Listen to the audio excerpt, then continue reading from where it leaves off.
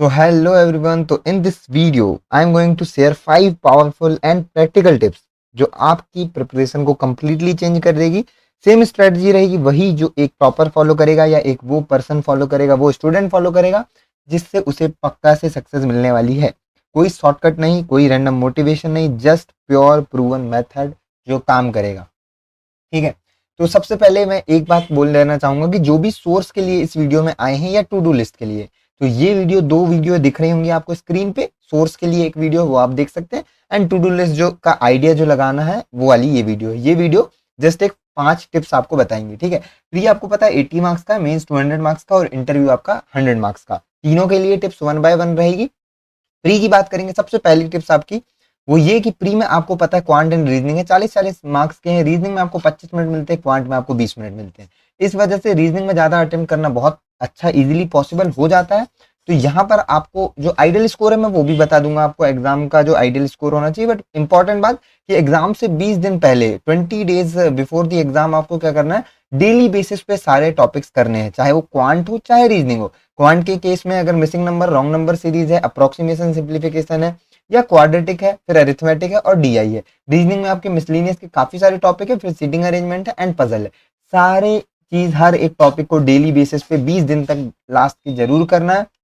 इससे होगा क्या, इससे होगा आप यूज टू इट हो जाओगे। मॉक्स में भी आराम से आपको कोई टॉपिक ऐसा नहीं लगेगा अलग आ गया। मैं आपको एक बोनस, एक छोटी सी टिप के अंदर एक और टिप दे देता हूँ। प्री एग्जाम्स ऐसे बिल्कुल भी नहीं होते, याद रखना, बिल्कुल भी नहीं होते कि आप वहां जाके आप सोचते बैठ रहे हो। आपको थिंकिंग नहीं होना चाहिए, आपको बस करते चले जाना चाहिए, ये स्पीड आपकी बननी चाहिए। हालांकि IBPS PO pre and SBI PO pre में सम हाउ सम टाइम कुछ चीजें, कुछ कंडीशन ऐसी आ जाती है जो आपको न्यू लग जाती है, बट आरआरबी के केस में वो चीज नहीं होती है। जनरली वही पूछा जाता है जो ऑलरेडी आया हुआ है। थोड़ा बहुत चेंज करेगा बट वो आपकी अडेप्टेबिलिटी पे ही आ जाएगा, उसमें आपको दिक्कत नहीं होनी चाहिए। तो सारी लाइंस, चाहे वो पजल की कोई कंडीशन की लाइन हो, चाहे सिटिंग अरेंजमेंट की कोई कंडीशन की लाइन हो, चाहे डीआई में, क्वांट के अरिथमेटिक में कोई वर्ड प्रॉब्लम में लाइन हो, सारी चीजें जब आप डेली बेसिस पे ये करोगे ना 20 दिन, तो एग्जाम में आपको बहुत ज्यादा रीडिंग में इश्यू नहीं आएगा और ना ही थिंकिंग में इश्यू टाइम जाएगा।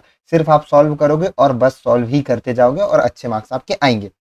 आइडियली रीजनिंग में आपके चाहे कितना भी टफ से टफ पेपर आ जाए, 35 के आसपास और उससे ऊपर जो है वो पॉसिबल हो जाता है।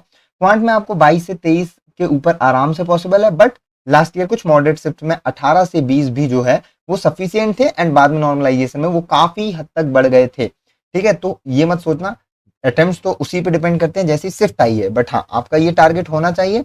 मॉक का गुड स्कोर सच बताऊं तो 50 टू 55 बहुत अच्छा रहता है, क्योंकि मॉक से रियल एग्जाम में अगर सेम कंडीशन है, सेम पैनिक नहीं होते आप, कॉन्फिडेंस सेम रहता है, कामनेस सेम रहती है, तो आपके एग्जाम में पक्का से पक्का 4 से 5 मार्क्स ऊपर जाने ही है। 4 से 5 मार्क्स आपके ऊपर जाने ही है एग्जाम में, मॉक की तुलना में। ठीक है, दूसरी चीज यहीं पे एक और बताऊंगा कि कभी भी पजल पहले नहीं उठाना है, कभी भी डीआई पहले नहीं उठाना है।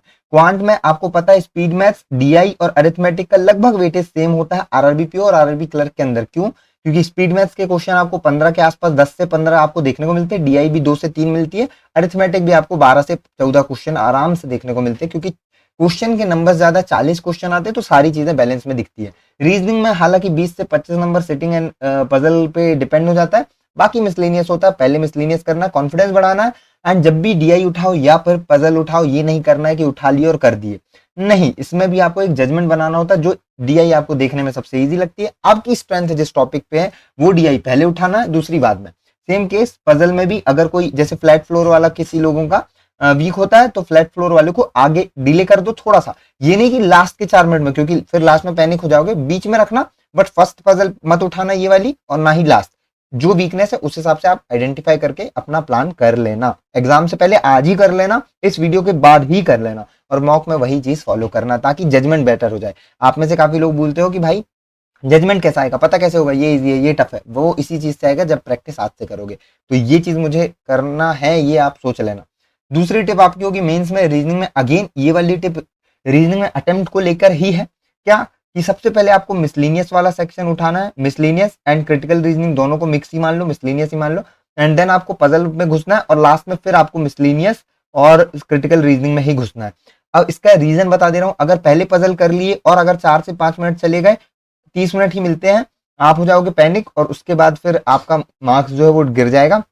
आपका कॉन्फिडेंस गिर जाएगा, आगे आप अटेम्प्ट नहीं कर पाओगे। और अगर शुरू में बहुत ज्यादा मिसलिनियस करके आखिरी में पजल में गए तो क्योंकि टाइम लिमिट हो जाएगी तो वहां पजल में आप सोच नहीं पाओगे जल्दी, इसलिए पजल को बीच में रखना है, मिसलिनियस पहले करना है और लास्ट में भी। मीन्स में एक छोटी टिप और ऐड करूंगा यहाँ पे, एक टिप और ऐड करूंगा, क्या वो ये कि आपको स्टार्टिंग के 1 से 2 मिनट आराम से पेपर को पूरा देखना है, पूरा विजिट करना है और मार्क फॉर रिव्यू जरूर कर लेना। मार्क फॉर रिव्यू आपको जरूर करना है वो क्वेश्चंस जो इजी हैं। ये शॉर्ट्स आपको स्क्रीन में दिख रहा होगा, इस पे मैंने बताया कि जजमेंट कैसे बनाना है, ठीक है। तो मार्क फॉर रिव्यू कर लेना ताकि बाद में आप जो लास्ट में मिसलेनियस पे आओगे वो आराम से। कुल मिला के मेरा कहने का मतलब इतना है, मेरी स्ट्रेटेजी ये हुआ करती थी कि लास्ट के 5 मिनट में मुझे ये नहीं घोषणा है कि मैं कौन सा क्वेश्चन करूं, मैं लास्ट के 5 मिनट को बहुत हाईली यूटिलाइजिंग मिनट्स मानता हूं। तो मैं क्या करता था, पहले ही कुछ क्वेश्चन फिक्स रखता था जो मैं लास्ट के 5 मिनट में कर लूंगा, और ये हमेशा काम करता है। और मैं ऐसे क्वेश्चन रखता था जो मेरे लिए सबसे ईजी है, डुएबल है, बहुत ईजी है, ठीक है। थर्ड टिप आपको मैं दूंगा क्वांट के वे में, सेम रीजनिंग की तरह से पहले आपको स्पीड मैथ्स करना है, फिर अरिथमेटिक और डीआई में आपको चुनना है। याद रखना डीआई लास्ट में मत उठाना, क्योंकि लास्ट में टाइम जल्दी जल्दी भगता है। डीआई डिकोड नहीं हुई या डिकोड होने के बाद क्वेश्चन की बारी आई और टाइम चला गया तो दिक्कत हो जाएगी। अगेन लास्ट में स्पीड मैथ्स का हो सकता है तो क्वेश्चन रख लो, या फिर स्पीड मैथ्स का नहीं रख सकते, मतलब वन लाइनर्स नहीं रख सकते, missing number, wrong number, algebra number series नहीं रख सकते, तो अरिथमेटिक के 1-2 क्वेश्चन, 2-3 क्वेश्चन रख लो जो लास्ट के 5 मिनट में 4 मिनट में आप कर लो आराम से, ठीक है। गुड अटेम्प्ट जो है वो आपको स्क्रीन पे दिख रहे होंगे इसका, ठीक है, मैं लिख के दे दूंगा। तो यहाँ पे आपको दिख रहा होगा गुड अटेम्प्ट जो लास्ट ईयर के पैमाने पर है उसके बेसिस पे है। जीए की बात करें तो लास्ट के 10 दिन आपको एग्जाम के लास्ट के 6-7 दिन 8 दिन, मैं ये मानता हूँ ये चीज हर व्यक्ति अलग अलग करता है, मेरा सजेशन रहेगा फॉलो करना ना करना आपके ऊपर है और रिजल्ट्स की भी बात आपके ऊपर है। बट मेरे हिसाब से लास्ट के 5 से 7 दिन, इवन मैं अगर 5 से 7 भी छोड़ो, लास्ट के 10 दिन मेरा ये मानना है एक मॉक आपको डेली देना है, डेली बेसिस पे पूरा फुल लेंथ फुल एनालिसिस आराम से 4-5 घंटे आपके निकल जाएंगे। और जीए जितना से जितना ज्यादा रिवाइज कर सकते हो उतना से उतना ज्यादा रिवाइज करना है। जीए में अटेम्प्टिंग स्ट्रेटेजी कुछ नहीं है, वन गो में करते चलो, जो जो याद आए करते चलो। जिसमें थिंकिंग में बहुत टाइम लग रहा है उसको अभी थोड़ा देर स्किप करके मार्क फॉर रिव्यू कर लो, बाद में आके वापस करके जाना, ठीक है। इंग्लिश में आपको याद रखना है, इन सब सब्जेक्ट के प्रेशर में हम इंग्लिश का एडिटोरियल मिस कर देते हैं। एडिटोरियल वीडियो से करना जरूरी नहीं है, मेरा कहने का मतलब होता है आपको रीडिंग करना है वो कंपलसरी है। क्या होता है कई बार आंखें जो होती स्क्रीन, कई लोगों को ऐसा चश्मा लगा हुआ है, किसी को माइग्रेशन है, किसी को सर्वाइकल है, प्रॉब्लम सबको है। इंग्लिश में रीडिंग अगर छूटी तो आगे जाके रीडिंग नहीं हो पाती रियल एग्जाम में और आंखें बहुत पेन करती है। ये चीज मैंने आईबीपीएस पीओ में बहुत ज्यादा फेस करी थी मेंस के एग्जामिनेशन में। तो ये चीज मत करना, डेली बेसिस पे एडिटोरियल करना है, डेली बेसिस पे क्वेश्चन लगाने, क्योंकि मॉक करोगे तो क्वेश्चन तो लगेंगे ही, पर एक एक्स्ट्रा आरसी, एक एक्स्ट्रा 2-3 आर्टिकल्स जो है एडिटोरियल के जरूर पढ़ के जाना। वोकेबलरी की बात करूं तो वोकेबलरीज भी ऐसा नहीं है कि आप बैठ के पूरा पुराना रिवाइज कर रहे हो, बट जो भी वर्ड्स आते हैं मॉक में या कहीं पर भी आप पढ़ रहे हो उनको एक बार मीनिंग जरूर देख लेना। कंप्यूटर की बात करूं तो मैं अभी से आपको बोलता हूं, पहले भी जो वीडियोस में बनाया है ये वाली दिख रही होगी या नहीं भी दिख रही होगी, तो मैंने बोला था कि भाई कंप्यूटर को साथ साथ करते चलना, थोड़ा थोड़ा 30-30 मिनट 15-20 मिनट भी दोगे तो चलते जाएगा। अगर नहीं दे रहा तो अभी जरूर देख लेना, और एग्जाम के लास्ट के 6-7 दिन कंप्यूटर भूल मत जाना। रीजन, मैं तो भाई बीटेक किया था तो मेरा तो कंप्यूटर था, उतना ज्यादा मेहनत नहीं लगी, बट मैं जिन लोगों को जानता हूँ जिनका कंप्यूटर सब्जेक्ट में नहीं रहा है उनको ये हुआ है लास्ट के 10 दिन में अगर उन्होंने कंप्यूटर नहीं पढ़ा ना तो चीजें भूल जाती है, क्योंकि शॉर्टकट पूछ लेता है, कोई की पूछ लेता है ना, एमएस ऑफिस के कुछ शॉर्टकट्स पूछ लेगा, कुछ भी पूछ लेगा, तो वो चीजें आपको याद नहीं रहती हैं। तो वो चीज आप मत करना, लास्ट 10 दिन में मत छोड़ना, ठीक है। इंटरव्यू की टिप बताऊं तो इंटरव्यू में 3 पार्ट में मानता हूँ। एक होता है आपका स्टैटिक बैंकिंग अवेयरनेस, जो स्टैटिक जीके होता है आपका पूरा का पूरा, इसमें वो चीज नहीं आती, हिस्ट्री जियोग्राफी वो सब नहीं है, आपका स्टैटिक बैंकिंग।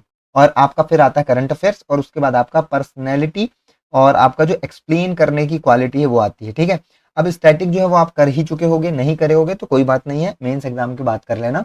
तो स्टैटिक में पूरा बैंक का नॉलेज आपको होना चाहिए, मतलब हर एक टर्म्स के बारे में पता होना चाहिए, आरबीआई के बारे में सब कुछ, हर एक बॉडी के बारे में पता होना चाहिए। करंट अफेयर क्योंकि आप मेंस के लिए प्रिपेयर कर रहे हो तो ये अपने आप होता ही जाएगा। इंटरव्यू के लास्ट के 15 दिन याद रखना कि आपको 15 दिन की करंट अफेयर बहुत अच्छे से मुंह जुबानी याद होना चाहिए। वो बोलें कि 5-6 न्यूज बताओ तो आप बिल्कुल खटाक से बता दो, ठीक है।